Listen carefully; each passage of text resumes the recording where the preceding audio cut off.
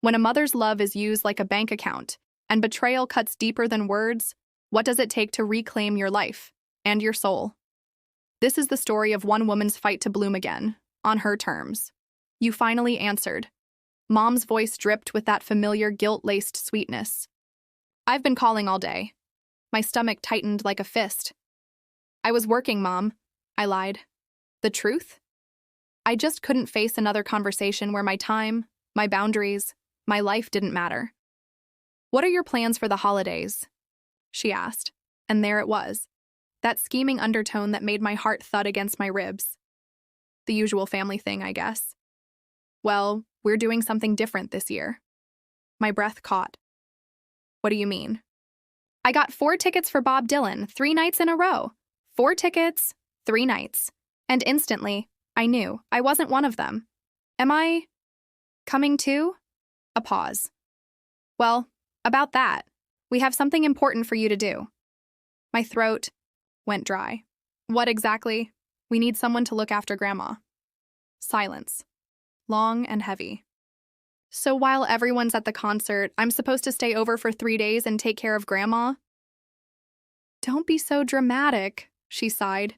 You take care of Grandma all the time, don't you? Besides, it's not like you have other plans, right?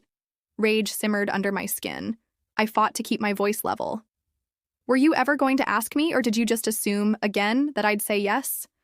Of course I assumed. You've always been the reliable one. Family first, right? Mom, I said, swallowing back everything I wanted to scream. I'm a grown woman. I deserve to control my own time. The answer is no. The silence was deafening. Aaron, don't be selfish. This is a special vacation for all of us. Everyone, except me, I said, the words bitter on my tongue, my knuckles whitened around the phone. I can't believe you're ruining our plans like this. Ruining your plans? I snapped. You made all the arrangements behind my back. That's not a plan. It's a setup. And now you're upset because I refuse to be your unpaid caretaker again? That's enough. Your father will call you. Maybe you'll listen to him. Before she could hang up, I said clearly, if you expect me to be your caregiver, don't expect me to come home at all. I didn't know if she even heard me, but I meant every word. I heard her gasp. You wouldn't dare. Try me. If you're not back within the hour, I'm calling Adult Protective Services and reporting this as elderly neglect. There was a beat of stunned silence on the other end. Then a flurry of noise, voices, panic. You're bluffing, Mom hissed, but her voice was quivering. I'm not bluffing, Mom. You crossed a line. For years, I've been the obedient daughter, the unpaid caregiver, the emotional dumping ground. No more. You ungrateful little... I ended the call. The house was quiet. Again. Grandma sat in her chair by the window, watching birds flutter around the feeder Thomas had installed but never maintained. She turned to me slowly, a small, triumphant smile on her face. Well, she said, did they panic? They're on the edge of a meltdown, I replied, half laughing, half shaking. She leaned forward, her eyes shining. Let's make them fall over it. The plan began to form like a delicate thread. Grandma was sharper than anyone knew. She kept a small notebook, noting every detail her children let slip while assuming she couldn't understand them. Dates, ticket numbers, the rotation of care they'd fake. Their entire vacation, she whispered one night as I brought her herbal tea, depends on your compliance. They think you're too guilty to say no. But if you say yes and then set a trap, they'll walk right into it. You don't have dementia? I'd asked for the 5th time. Child, the only thing I've forgotten is why I ever trusted my children to do the right thing. I made another call. This one was to Kayla. They went anyway? She exclaimed. Yup. Left a note, meals in the fridge, a schedule, like I'm the hired help. Please tell me you're finally done with them. Not just done, I said, eyeing the security camera Grandma had let me install in the foyer. I'm starting my case file. What do you mean? Let's just say the next time they ask me to take care of someone, they'll do it through a lawyer. I spent the day with Grandma documenting everything. The abandoned note, the timestamps on my phone call. A video of Grandma, sharp, articulate, perfectly healthy, describing how they'd planned to leave her without care. At 3:27 p.m., the doorbell rang. I opened the door to find Thomas, flushed and sweaty. Behind him, his wife Faith stood looking pale. "You called APS?" he demanded. "No, not yet," I said calmly. "But I will, unless we talk." He barged in. "You're making a scene over nothing," Grandma's voice echoed from the living room. "Nothing? Leaving me alone for 3 days is nothing?" Thomas stopped in his tracks. "Grandma?" She walked into the hallway, her back straight, her eyes clear. "No walker today?" Faith muttered. "Didn't need it for 2 years," Grandma replied icily. "But it served its purpose, letting me see your true colors." Thomas looked like he'd seen a ghost. "You mean, you've been pretending?" Grandma crossed her arms. "And you've been neglecting. Do you want to keep this game going? Or should we all sit down and talk about consequences?" We sat in the living room, the atmosphere heavy with tension. Mom and Dad had returned, their moods stormy. Kayla was on speakerphone, acting as my unofficial witness. "You manipulated us," Mom accused, eyes burning. Grandma didn't flinch. "You manipulated Erin, repeatedly, for years. This time I decided to be part of her team." "She's lying!" Thomas shouted. I stood. "No, she's not. I have it all documented, every conversation, every missed call, every schedule you left for me like I'm some unpaid nanny." Dad rubbed his temples. "Erin, you're overreacting. You know we love you." "If this is love," I replied, holding up my phone, "then maybe you should see what a judge calls it." Faith's voice cracked. "You wouldn't sue your own family." "Try me." We drafted a formal agreement, Grandma and I. With Kayla's lawyer, friend helping, we outlined caregiving expectations, legal boundaries, and a rotating paid schedule if they insisted on family care. Grandma also amended her will. "To ensure no one feels burdened by me again," she said. She left the largest portion of her estate to a dementia foundation and a sizable donation to me for services rendered and years stolen. It's been 3 months. Grandma now lives with me in a cozy condo. She's healthier than ever, mentally and physically. We sip tea every evening, playing word puzzles and laughing like we're old friends. Mom, Dad, Thomas, and Faith have gone quiet. Occasionally, a neutral message arrives. I don't respond. Freedom tastes strange after years of captivity. But each day, I reclaim another piece of myself. Grandma often smiles and says, "We taught them a lesson, didn't we?" Yes, we did. And I finally understand. Putting family first doesn't mean putting yourself last. Not anymore.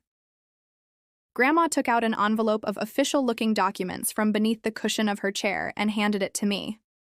Everything's ready, legal. Papers, power of attorney transfer, and even a notarized letter. I made Kayla my emergency contact last week. She knows everything. My jaw nearly dropped. "Wait, you've been planning this whole getaway, legally?" "Of course," she said with a wink. "You think I survived 2 husbands, 4 surgeries, and 79 years without learning how to handle snakes in the grass?" A laugh escaped me. It felt foreign and free, the first real laugh in months. "Okay, Grandma, let's get the hell out of here." We packed the essentials quickly. Her medications, personal documents, and a suitcase she'd already prepared under her bed, smartly labeled Erin's graduation photos just in case anyone peeked. By the time the clock struck 11, we were pulling away from the house in my dusty Toyota. For once, the guilt that usually sat on my shoulders like a weighted vest was replaced by something lighter, like hope. Kayla met us at the train station, her eyes wide with disbelief and admiration. "She's coming?" "Florida, here we come," Grandma said, lifting her sunglasses onto her face like a diva boarding a red carpet. We laughed, tears mixing with our relief. Kayla handed me 2 tickets and a brochure for a beachside condo. "This is yours for the next month. Consider it your first real vacation on me." As the train began moving, I looked out the window, watching the town that had caged me for years disappear into the distance. The sense of escape was almost too much to process. "I still can't believe you did this," I told Grandma, sitting across from me. "I did this for you," she said, touching my hand. You've spent too long thinking you owe them something. You don't. Her voice was firm, like steel beneath velvet. Just then, my phone buzzed. It was a barrage of messages and missed calls. Mom, Dad, Thomas. Even Faith had chimed in. The tone grew more desperate with each message. Aaron, we're back. Where are you? This isn't funny. Where's... Grandma? We're calling the police if you don't answer, Grandma snorted. Let them. I'll clear it all when they call me. I'm not helpless and you didn't kidnap me. I'm just visiting Florida with my favorite grandchild. Nothing illegal about that. Favorite grandchild, huh? I grinned. The only one who ever truly saw me as a person, she replied softly. We arrived in Sarasota the next morning. The sun was warm, the breeze smelled like salt and citrus, and I felt like I was finally breathing air that wasn't filtered through someone else's expectations. Grandma adjusted her sun hat as we stepped out of the taxi. This is your new life starting, Aaron. Make sure you don't hand it back. The first few days in Sarasota felt like stepping into a dream that refused to break. Grandma and I walked along the shoreline each morning, her laughter rising above the sound of waves. We ate key lime pie for breakfast, explored open-air markets, and read books under wide umbrellas. For the first time in years, I wasn't bracing for criticism or holding my breath waiting to be undermined. But the world we left behind didn't vanish quietly. On the fourth evening, Kayla called with an update. They filed a missing persons report, but when I sent the lawyer Grandma's signed travel notice and the power of attorney documents, the police backed off. Your parents are furious, though. Thomas, too.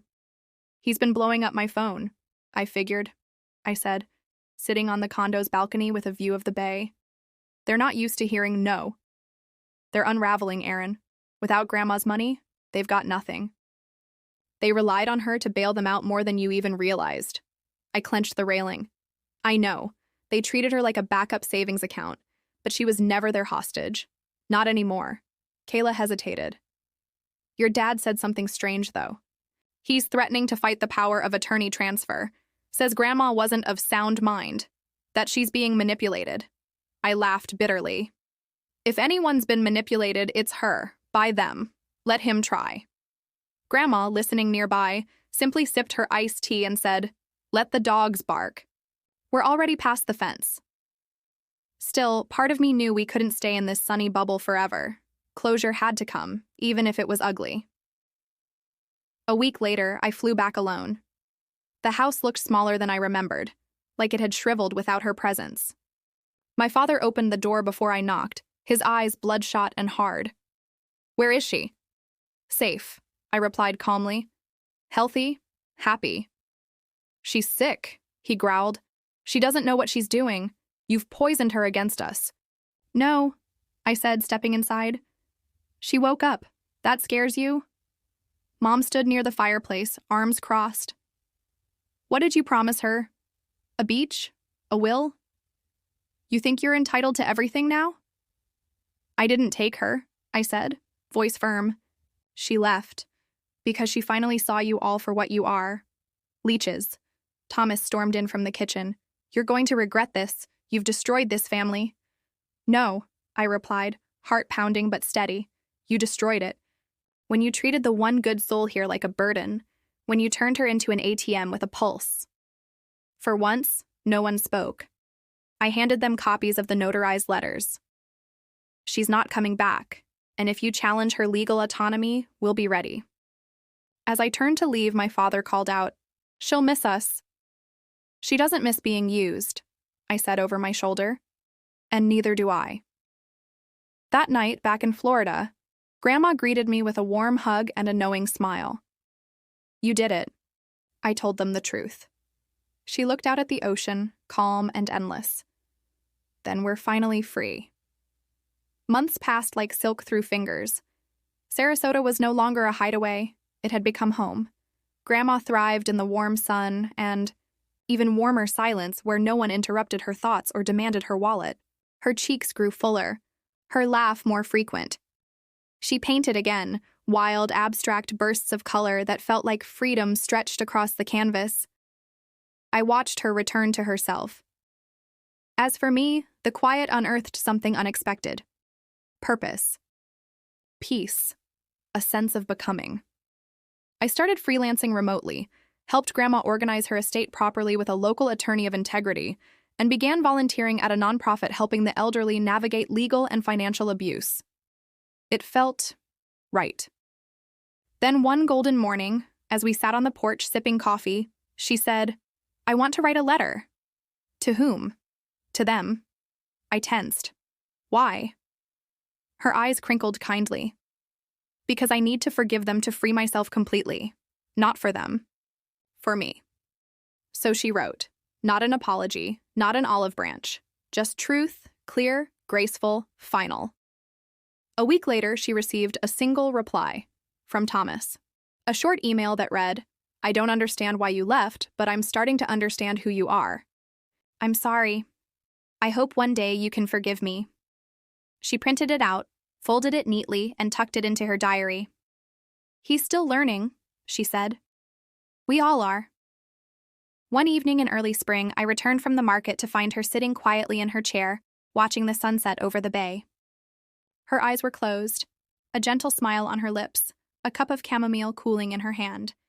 She had passed peacefully, like a flame, knowing when it's done dancing.